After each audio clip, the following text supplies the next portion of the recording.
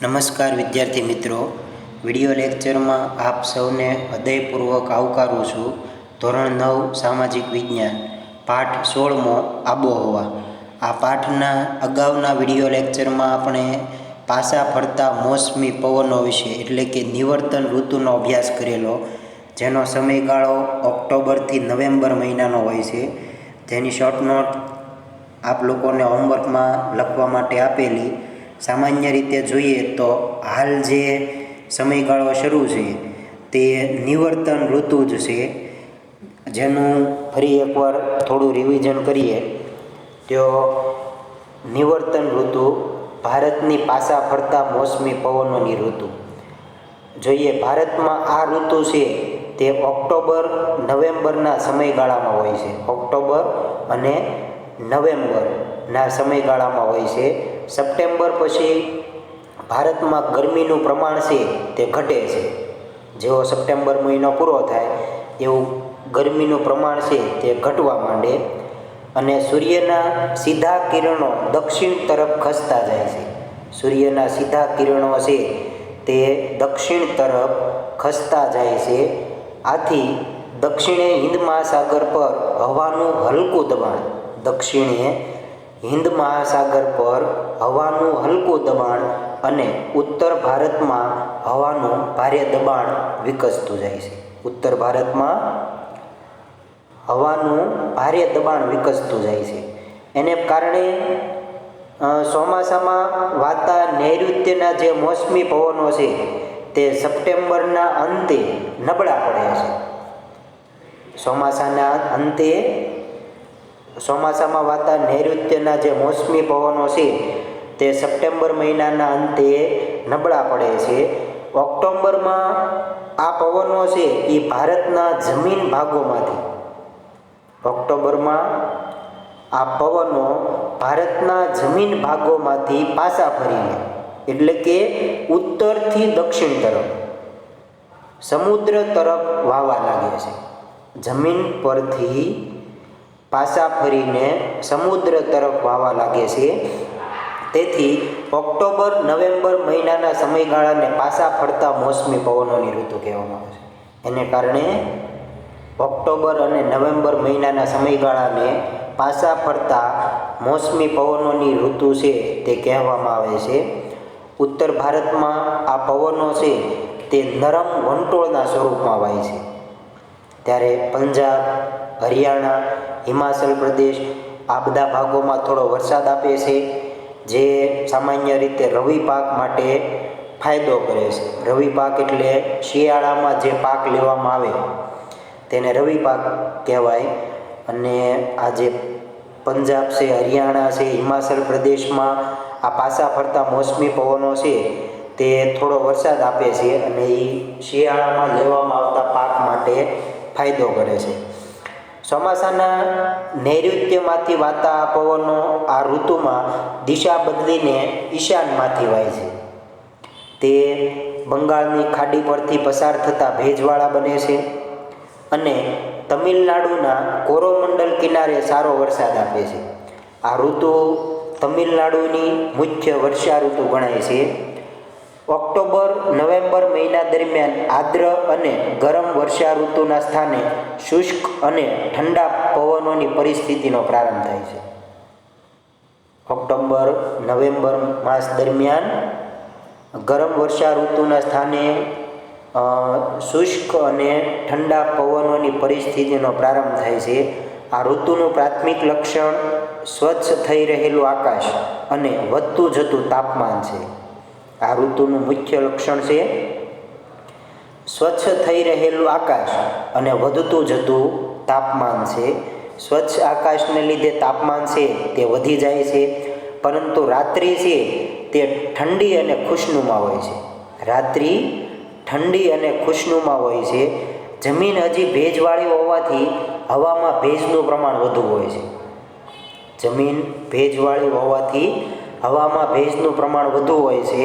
ઊંચા તાપમાન અને ભેજના વધુ પ્રમાણને લીધે દિવસનું તાપમાન છે, દિવસનું હવામાન છે તે અકળાવનારું બને છે.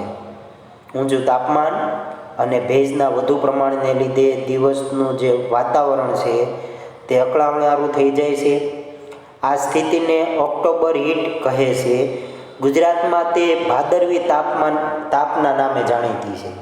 ઓક્ટોબર હીટ છે તે ગુજરાતમાં ભાદરવી તાપના નામે જાણીતી છે, જેના વિશે આપણે અગાઉ વાત કરેલી. હવે આપણે જોઈએ આબોહવા અને માનવ જીવન વિશે. આ પ્રશ્ન પણ અગત્યનો છે, હોમવર્કમાં દરેક વ્યક્તિએ લખવાનો છે. આબોહવા અને માનવ જીવન પરીક્ષાની દ્રષ્ટિએ પણ અગત્યનો પ્રશ્ન છે. જોઈએ આબોહવા અને માનવ જીવન. ટૂંકમાં આબોહવાની માનવ જીવન પર શું અસર થાય તેના વિશે આ ટોપિકમાં જોવાનું છે. જોઈએ ભારતની આબોહવા છે તે મોસમી આબોહવા છે. અગાઉ આપણે જોયું કે મોસમ પ્રમાણે પવનોની દિશા છે તે બદલાઈ જાય. તો ભારતની જે આબોહવા છે તે મોસમી આબોહવા છે. આ મોસમી પવનોનું મુખ્ય લક્ષણ તેની અનિયમિતતા અને અનિશ્ચિતતા ગણાય છે. મોસમી પવનોનું મુખ્ય લક્ષણ તેની અનિયમિતતા અને અનિશ્ચિતતા ગણાય છે.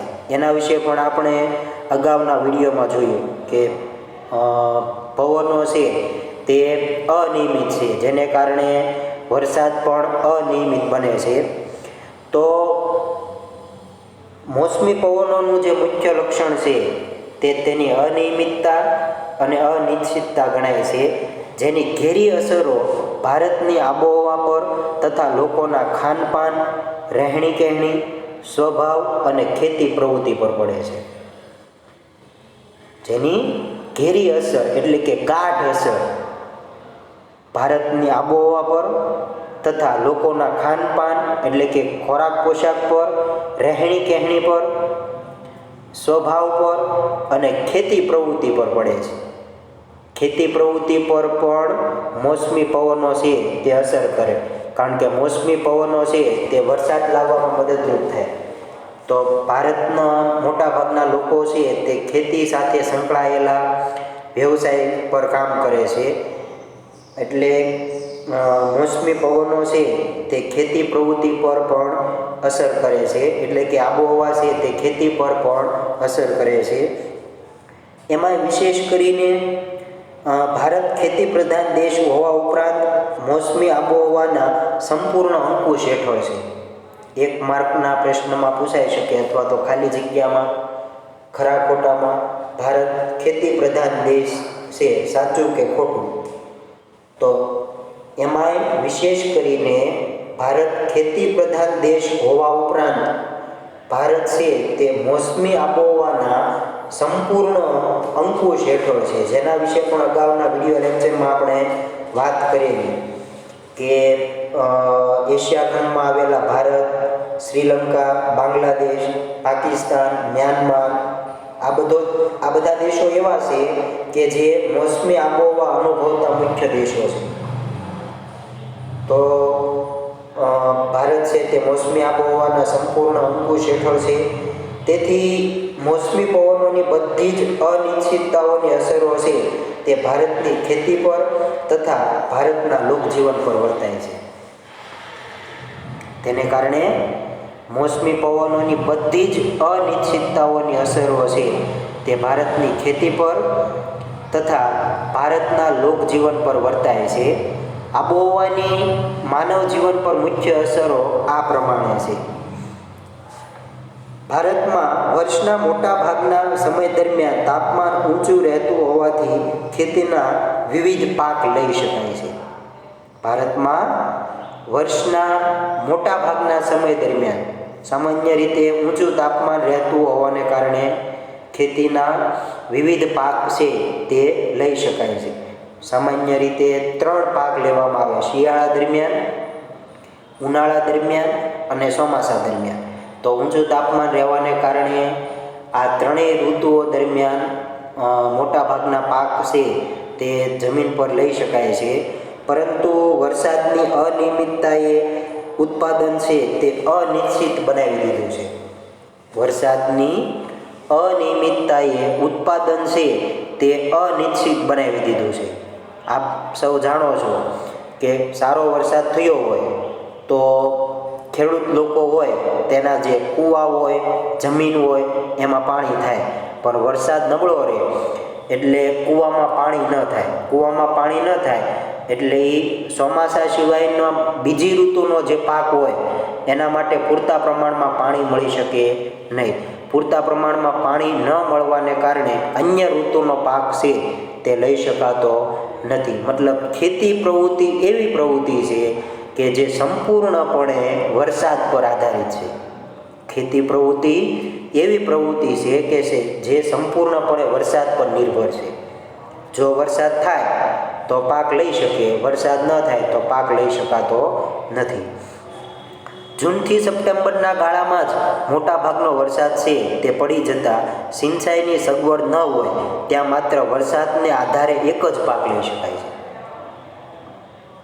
જૂનથી સપ્ટેમ્બર આપણે અગાઉ જોયેલું છે કે ભારતમાં જૂનથી સપ્ટેમ્બર મહિનામાં 80% વરસાદ છે તે પડી જાય છે. જૂનથી સપ્ટેમ્બર દરમિયાન દેશનો આશરે 80% વરસાદ છે તે પડે છે. તો આ જૂનથી સપ્ટેમ્બરના ગાળામાં જ મોટા ભાગનો વરસાદ પડી જાય એને કારણે જ્યાં સિંચાઈની સુવિધા ન હોય ત્યાં માત્ર વરસાદને આધારે એક જ પાક લઈ શકાય. એટલે કે ચોમાસાના એક જ ઋતુનો પાક લઈ શકાય. સિંચાઈની સુવિધા ન હોય ત્યાં ઉનાળુ અને શિયાળુ પાક લઈ શકાતો નથી. વર્ષા ઋતુની શરૂઆત થતાં વર્ષા ઋતુની શરૂઆત તથા સમાપ્તિ અનિશ્ચિત હોય છે. વર્ષા ઋતુની શરૂઆત અને અંત છે તે અનિશ્ચિત હોય છે. તેથી ખેતીને ઘણીવાર યોગ્ય સમયે વરસાદી પાણી મળતું નથી. વર્ષા ઋતુની શરૂઆત અને અંત અનિશ્ચિત હોવાને કારણે ખેતીને ઘણીવાર યોગ્ય પ્રમાણમાં પાણી મળતું નથી અથવા યોગ્ય સમયે વરસાદી પાણી મળતું નથી. યોગ્ય સમયે પાણી ન મળવાને કારણે ઘણીવાર જે પાક વાવેલો હોય અથવા તો જે મોલ વાવેલો હોય તે સંપૂર્ણપણે નાશ પામે એવા પણ ઘણા ઉદાહરણો છે તે આપણે જોયેલા છે. પાક છે તે સુકાઈ જાય. આવ્યા વિલંબથી એટલે કે મોડું થવાને કારણે, વરસાદની અનિશ્ચિતતાને કારણે આવા વિલંબથી બિયારણ કે પાક બળી જાય છે. જે બિયારણ વાવેલું હોય, બીજ રોપેલા હોય તે બળી જાય છે, મતલબ નાશ પામે ઊંચા તાપમાનને કારણે. તેથી ખેત ઉત્પાદનને અસર પહોંચે છે. બિયારણ અથવા પાક બળી જવાને કારણે, સુકાઈ જવાને કારણે એની સીધી અસર છે તે ખેત ઉત્પાદન થાય. મતલબ ખેડૂત લોકોએ જે ધારેલો ઉત્પાદન હોય, અંદાજિત ધારેલ ઉત્પાદન હોય એટલું ઉત્પાદન થતું નથી. એટલે સીધી અસર છે તે ખેત ઉત્પાદનને પહોંચે. ક્યારેક અતિવૃષ્ટિ થાય છે. અતિવૃષ્ટિ એટલે વધારે પડતો વરસાદ. સામાન્ય રીતે આ વર્ષની જ વાત કરીએ તો આ વર્ષે અતિવૃષ્ટિ થઈ, મતલબ પાકને જે જરૂરિયાત હોય એની કરતાં વધુ વરસાદ થયો. એને કારણે ઘણા ખેડૂતો છે એનો પાક છે તે નિષ્ફળ થયો અથવા તો નાશ પામ્યો. એને કારણે તમે જો ભવિષ્યમાં એવું સાંભળશો પણ અને હાલમાં પણ સાંભળતા હશો કે ઘણા ખેડૂતો છે તે આંદોલન કરે છે અને સરકાર છે એ તેને રાહત આપવાની છે અથવા તો સહાય કરવાની છે. આગળ જોઈએ તો ક્યારેક અતિવૃષ્ટિ થાય છે. અતિવૃષ્ટિ એટલે વધારે વરસાદ, એટલે કે ઓછા સમયમાં વધુ વરસાદ પડી જાય. ઓછા સમયમાં વધુ વરસાદ પડી જાય. આને લીધે પણ પાક છે તે નાશ પામે છે. એને લીધે પણ પાક છે તે નાશ પામે છે. હવે આપ સૌ જાણો છો કે કોઈ પણ વનસ્પતિ હોય, પાક હોય, એને પાણીની સાથે સાથે સૂર્યપ્રકાશની પણ જરૂર પડે. સતત વરસાદ પડવાને કારણે, વાદળછાયું વાતાવરણ રહેવાને કારણે કોઈ પણ વનસ્પતિને અથવા પાકને સૂર્યપ્રકાશ પૂરતા પ્રમાણમાં મળતો નથી. સૂર્યપ્રકાશ પૂરતા પ્રમાણમાં ન મળવાને કારણે પાક છે તેને વધારે પડતું પાણી મળે. એટલે વધારે પડતું પાણી મળવાને કારણે પાક છે તે બળી જાય અથવા સુકાઈ જાય. એટલે પાક નાશ પામે. નદીઓમાં પૂર આવે છે. અતિવૃષ્ટિને કારણે નદીઓમાં પૂર આવે છે, તેથી જમીન ધોવાણ થાય છે. જમીન ધોવાણ થાય મતલબ જમીનનું ઉપરનું જે પડ હોય એ સામાન્ય રીતે માટી, રેતી, કાંકરા અને અન્ય જે ફળદ્રુપ દ્રવ્યો હોય એનાથી બનેલું હોય. હવે વધારે વરસાદ થાય એટલે પાણી છે એ વાડીમાંથી, ખેતરમાંથી વહેતું હોય. એ પાણી વહેવાની સાથે જમીનના ઉપરના પડમાં રહેલા માટી, રેતી, કાંકરા, વિવિધ પ્રકારના પોષક તત્વો એ બધા પાણીની સાથે ઘસડાઈ જાય. એને જમીન ધોવાણ કહેવાય. અને લાંબે ગાળે ખેત ઉત્પાદનમાં ઘટાડો થાય છે. જમીન ધોવાણમાં ફળદ્રુપ તત્વો હોય એ ઘસડાઈ જાય પાણી સાથે, એટલે એની સીધી અસર છે તે જમીન પર અસર થાય. એને કારણે પાક છે પોષક તત્વો પૂરતા પ્રમાણમાં ન મળે, એટલે પાક છે એ સારો થતો નથી. તો લાંબે ગાળે ખેત ઉત્પાદનમાં ઘટાડો થાય છે. પોષક તત્વો અથવા ફળદ્રુપ તત્વો ઘસાઈ જાય એટલે પાકને પૂરતા પ્રમાણમાં પોષક તત્વો ન મળે. પાકને પૂરતો પોષક તત્વો ન મળે એટલે ખેત ઉત્પાદન છે એ ઘટે. ત્યારબાદ વરસાદની ઋતુ પૂરી થયા પછી ખેત મજૂરો માટે આજીવિકાનો પ્રશ્ન ઊભો થાય છે. વરસાદની ઋતુ પૂરી થઈ ગઈ, એને કારણે આ ચોમાસાના સમય દરમિયાન જે તે ખેત મજૂરો હોય એને રોજીરોટી મળી રહે, કામ ધંધો મળી રહે. પણ જેવી વરસાદની ઋતુ પૂરી થઈ, ચોમાસાની ઋતુ પૂરું થયું એટલે ખેત મજૂરો છે ને એને આજીવિકાનો પ્રશ્ન ઊભો થાય. કામ કરવું હોય પણ કામ મળે નહીં. આપણે હમણાં આગળ જોયું કે જ્યાં સિંચાઈની સુવિધા નથી ત્યાં માત્ર વરસાદને આધારે એક જ પાક લઈ શકાય. હવે વરસાદને આધારે જ્યાં એક જ પાક લઈ શકાતો હોય ત્યાં ચોમાસાના 4 મહિના ખેડૂતોને કામ મળે. બાકી શિયાળા અને ઉનાળા દરમિયાન ખેત મજૂરોને કામ પૂરતા પ્રમાણમાં મળતું નથી. બારે માસ ખેતીનું કામ રહેતું ન હોવાથી ઘણા ખેત મજૂરો શહેરો તરફ સ્થળાંતર કરી જાય છે. બારે માસ ખેતીનું કામ મળી ન રહેતું હોવાથી, અગાઉ હમણાં આપણે જોયું કે સામાન્ય રીતે ખેતી છે તે વરસાદ પર નિર્ભર છે. ખેતી ચોમાસા દરમિયાન વરસાદ થયો એટલે આ 4 ઋતુ ખેત મજૂરોને આ 4 મહિના છે એટલે કે ચોમાસાની ઋતુ દરમિયાન ખેડૂતને કામ મળી રહે. પણ ઉનાળો અને શિયાળો એ એવી ઋતુ છે કે જ્યાં સિંચાઈની સુવિધા ન હોય ત્યાં કોઈ પાક લઈ શકાતો નથી. એટલે આ 8 મહિના છે તે કોઈ ખેત મજૂરને કામ મળે નહીં. કામ ન મળે એટલે આજીવિકાનો પ્રશ્ન ઊભો થાય. એટલે આ લોકો છે તે બારે માસ ખેતીનું કામ ન મળે એટલા માટે આ ખેત મજૂરો છે તે શહેર તરફ સ્થળાંતર કરી જાય. એટલે ટૂંકમાં ધંધા રોજગાર, વ્યવસાયની શોધમાં તેઓ સ્થળાંતર કરે શહેર તરફ.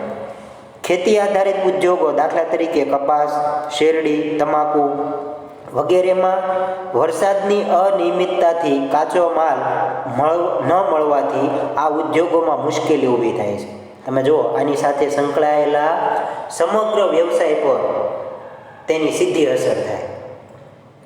ખેતી સાથે સંકળાયેલા તમામ વ્યવસાય પર વરસાદની અનિયમિતતા છે તે અસર કરે. ઉદાહરણ આપેલું છે કપાસ. કાપડ બનતું હોય તો કાપડ માટે જરૂરી કાચો માલ છે તે કપાસ અથવા રૂ છે. વરસાદ અનિયમિત થયો એટલે કપાસ છે એનું ઉત્પાદન ઘટશે. ઉત્પાદન ઘટશે એટલે એની સીધી અસર છે તે કાપડ પર થશે. ત્યારબાદ શેરડીમાંથી સામાન્ય રીતે ખાંડ છે, ગોળ છે એવું બને. તો શેરડીનો પાક પણ એવો પાક છે કે જે વરસાદ પર નિર્ભર હોય. તો વરસાદ સારો થયો હોય તો શેરડીનો પાક થાય, ન થાય વરસાદ સારો ન થયો હોય તેનું ઉત્પાદન બરાબર ન થાય. એટલે આ વ્યવસાય સાથે સંકળાયેલા સમગ્ર લોકો ઉપર છે તે વરસાદની અનિયમિતતા અથવા તો વરસાદ છે તે અસર કરે છે.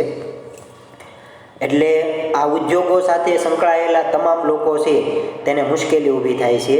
અનિયમિત વરસાદને લીધે પીવાના પાણીની સમસ્યા પણ કપરી બને છે. ઘણીવાર આવા પ્રશ્નો પણ સર્જાયા છે. પીવા માટે પૂરતા પ્રમાણમાં પાણી મળતું નથી. હજી મનુષ્ય માટે તો પૂરતા પ્રમાણમાં મળી રહે. સરકાર દ્વારા ઘણા એવા કામ હાથ ધરાયા છે કે જેને કારણે પ્રોજેક્ટ હાથ ધરાવવાને કારણે મનુષ્ય માટે પૂરતા પ્રમાણમાં પાણી છે તે મળી રહે છે.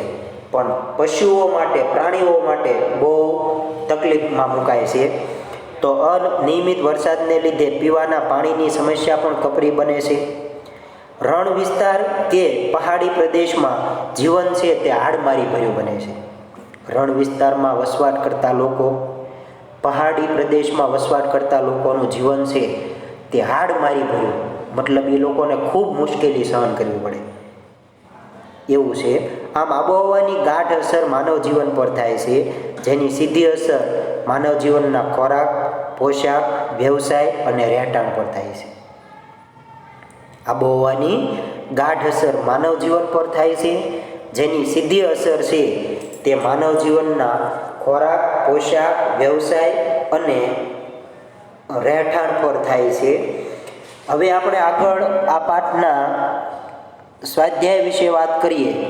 સૌ પ્રથમ પ્રશ્ન છે, હિમાલય ભારતનું રક્ષણ કરતી કુદરતી દિવાલ છે. હિમાલય ભારતનું રક્ષણ કરતી કુદરતી દિવાલ છે, કઈ રીતે? આ પ્રશ્ન છે તે મેં તમને જ્યારે આ ટોપિક ચાલતો હતો ત્યારે સમજાવેલો. ફરી એકવાર સમજાવું છું. હિમાલય શિયાળામાં મધ્ય એશિયા તરફથી આવતા કાતિલ ઠંડા પવનોને રોકી, હિમાલય છે તે શિયાળામાં મધ્ય એશિયા તરફથી આવતા જે ખૂબ ઠંડા પવનો છે એને રોકી અને ભારતને સખત ઠંડીથી બચાવે છે, ઠંડી સામે રક્ષણ પૂરું પાડે છે. આ રીતે તે ભારતની ઉત્તર સરહદ પર આવેલી રક્ષણ કરતી કુદરતી દિવાલ છે. ત્યારબાદ બીજો પ્રશ્ન છે, વ્યાપારી પવનો વિશે સમજ આપો. આ પ્રશ્ન પણ સમજાવેલો.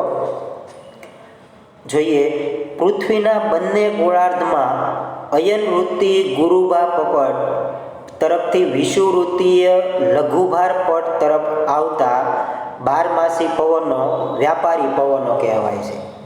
પૃથ્વીના બંને ગોળાર્ધમાં અયનવૃત્તિ ગુરુદા બપટ તરફથી વિષુવવૃત્તીય લઘુભાર પટ તરફ વાતા બારમાસી પવનો છે એ વ્યાપારી પવનો કહેવાય છે. અને આ પવનો પૃથ્વીની ધરીભ્રમણ ગતિને લીધે થોડા મરડાઈને વિષુવવૃત્ત તરફ વાય છે. અને આ પવનો લગભગ નિયમિત અને એકધારી ગતિથી વાય છે. નિયમિત અને એકધારી ગતિથી વાય છે. તેથી તે પહેલાંના સમયમાં દરિયાઈ માર્ગે પવન શક્તિથી ચાલતા જહાજો દ્વારા થતા વ્યાપાર પર લાભદાયક અસર કરતા. ભૂતકાળમાં દરિયાઈ માર્ગે પવન શક્તિથી ચાલતા જે જહાજો હતા એ જહાજો દ્વારા વ્યાપાર પર લાભદાયક અસર કરતા, ત્યારથી તે વ્યાપારી પવનો તરીકે ઓળખાય છે. આ પવનો જમીન પરથી વાતા હોવાથી સૂકા હોય છે, પરંતુ ભારતની દક્ષિણે હિન્દ મહાસાગર, પશ્ચિમે અરબ સાગર અને પૂર્વે બંગાળાની ખાડીના વિશાળ જળરાશિ ઉપરથી પસાર થઈને આવતા હોવાથી તે પોતાની સાથે પુષ્કળ ભેજ લઈને ભારતમાં આવે છે અને વરસાદ આપે છે. ત્યારબાદ ત્રીજો પ્રશ્ન જોઈએ, ભારતીય હવામાન ખાતાએ ભારતની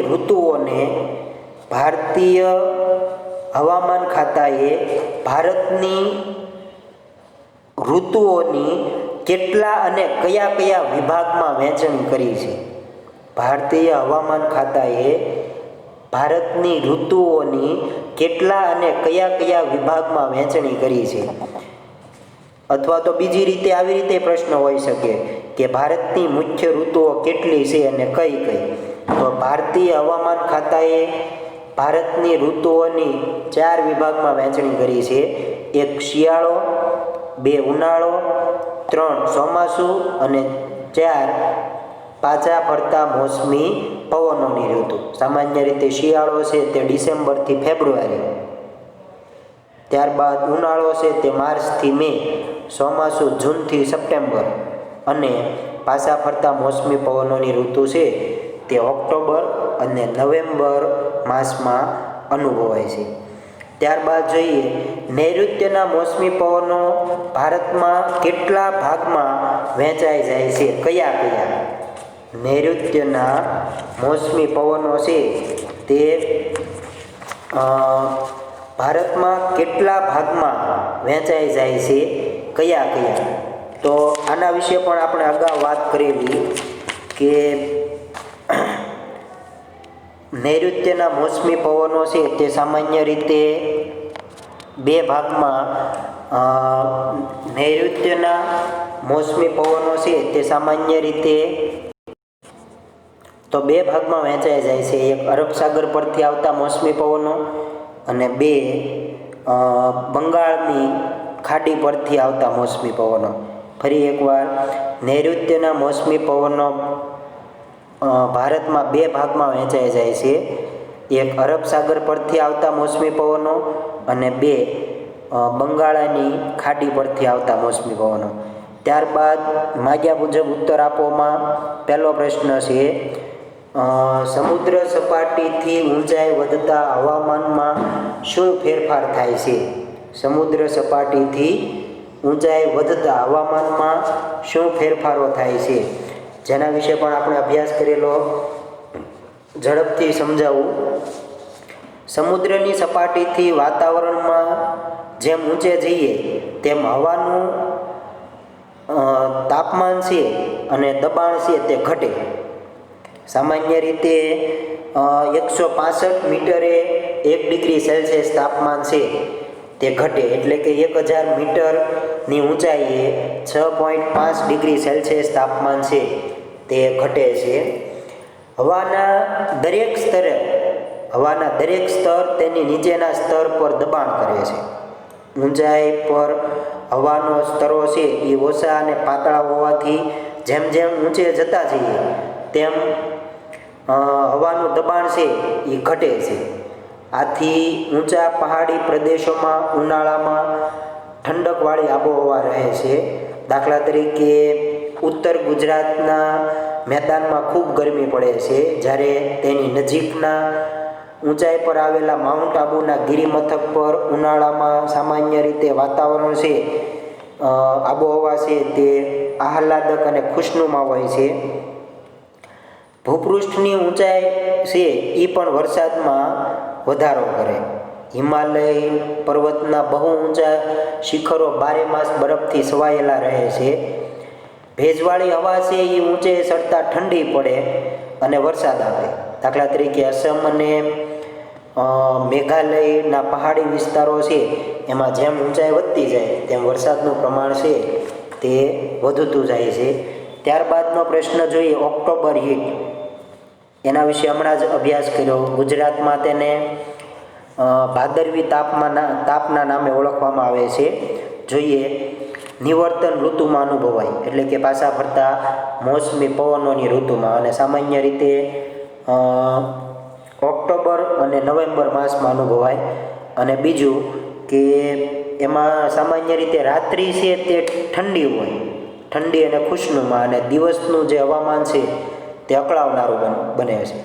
ફરી એકવાર સમજાવું તો ઓક્ટોબર માસમાં ઊંચા તાપમાન અને ભેજના ઊંચા પ્રમાણને લીધે દિવસનું તાપમાન અથવા દિવસનું હવામાન છે તે અકળાવનારું બને છે, અને આ સ્થિતિને ઓક્ટોબર હીટ કહેવામાં આવે છે, અને ગુજરાતમાં એને ભાદરવી તાપના નામે ઓળખવામાં આવે છે.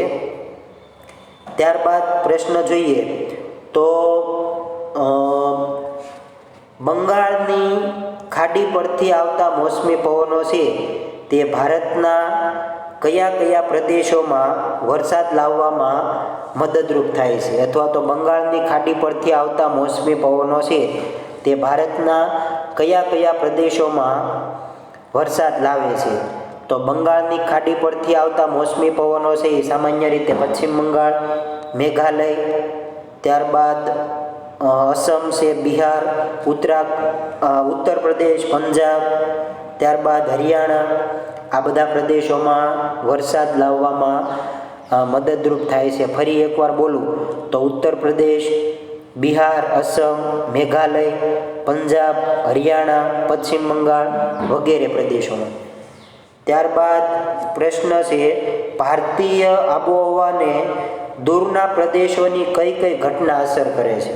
ભારતીય આબોહવાને દૂરના પ્રદેશોની કઈ કઈ ઘટના છે તે અસર કરે છે, જેના વિશે પણ અગાઉ અભ્યાસ કર્યો. ભારતીય આબોહવાને દૂરના પ્રદેશોની જેટ સ્ટ્રીમ, ત્યારબાદ પશ્ચિમી વિક્ષોભ, અલનીનો, ત્યારબાદ આઈટીસી ઝોન, આ બધી ઘટનાઓ છે. ફરી એકવાર જેટ સ્ટ્રીમ, પશ્ચિમી વિક્ષોભ, અલનીનો અને આઈટીસી ઝોન છે તે ભારતીય આબોહવાને દૂરના પ્રદેશોની ઘટના છે તે અસર કરે છે. ત્યારબાદના મોટા ભાગના પ્રશ્નો એવા છે કે જે આપણે અભ્યાસ કરી ચૂકેલા છીએ અને જેના વિશેની શોર્ટ નોટ છે તે હોમવર્કમાં પણ લખવા માટે આપેલ. હવે આ પાઠના વિકલ્પો જોઈએ તો સૌપ્રથમ છે, કર્કવૃત્ત પર સૂર્યના કિરણો સીધા પડે ત્યારે ભારતમાં કઈ ઋતુ અનુભવાય છે? કર્કવૃત્ત પર સૂર્યના કિરણો સીધા પડે ત્યારે ભારતમાં કઈ ઋતુ અનુભવાય છે? તો બી આન્સર આવશે, ઉષ્ણ ઋતુ અનુભવાય છે. ત્યારબાદ બીજો વિકલ્પ, ચેરાપુંજીની બાજુમાં આવેલ કયું સ્થળ વધુ વરસાદ માટે પ્રચલિત છે?